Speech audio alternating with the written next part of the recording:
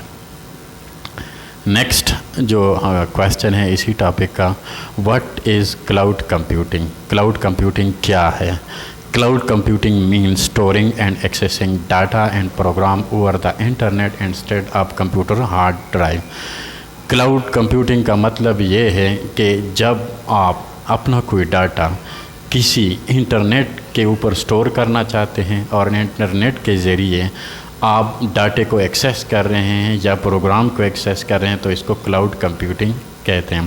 For example, آپ ایک student ہے اور آپ فیڈرل بورڈ کی ویب سائٹ کا جو آپ کا اپنی جو رجسٹریشن کا ڈاٹا ہے اس کو ایکسیس کرتے ہیں، تو وہ آپ کے ہارڈ ڈرائیو میں نہیں ہوتا، وہ فیڈرل بورڈ کے ویب سرور پہ پڑا ہوا ہے، لیکن آپ اس کو ایکسیس کر رہے ہیں، اس کو پڑھ سکتے ہیں، تو اس کو کلاؤڈ کمپیوٹنگ کہتے ہیں۔ یہ جو کلاؤڈ کا جو لفظ ہے اس کو آپ اپنے ذہن میں انٹرنیٹ کنسیڈر کر لیں، یعنی ایسا کام، ایسا کوئی فنکشن جس میں آپ ڈاٹے کو، پروگرام کو یا اسٹور کرنا چاہتے ہوں کوئی چیز اور وہ انٹرنیٹ پہ کر رہے ہوں تو اس کو کلاؤڈ کمپیوٹنگ کہتے ہیں، یعنی وہ آپ کے کمپیوٹر کے ہارڈ ڈرائیو میں نہیں ہوتی، اس کو کلاؤڈ کمپیوٹنگ کہتے ہیں۔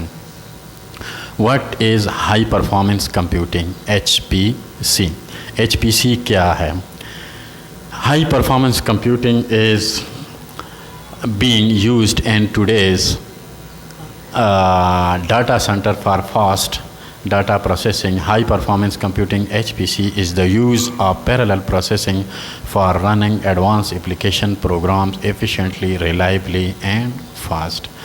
ایچ پی سی آج کل کے دور میں چونکہ وہاں پہ ہیوج پروسیسنگ آف ڈاٹا ہوتا ہے، یعنی تھاؤزنڈس قسم کے ریکارڈز ہوتے ہیں، تو ان ریکارڈز کو پروسیس کرنے کے لیے پیرالل پروسیسنگ یوز ہوتی ہے، یعنی وہ کام پیرالل میں ہو رہا ہوتا ہے تاکہ وہ جلدی ہو سکے۔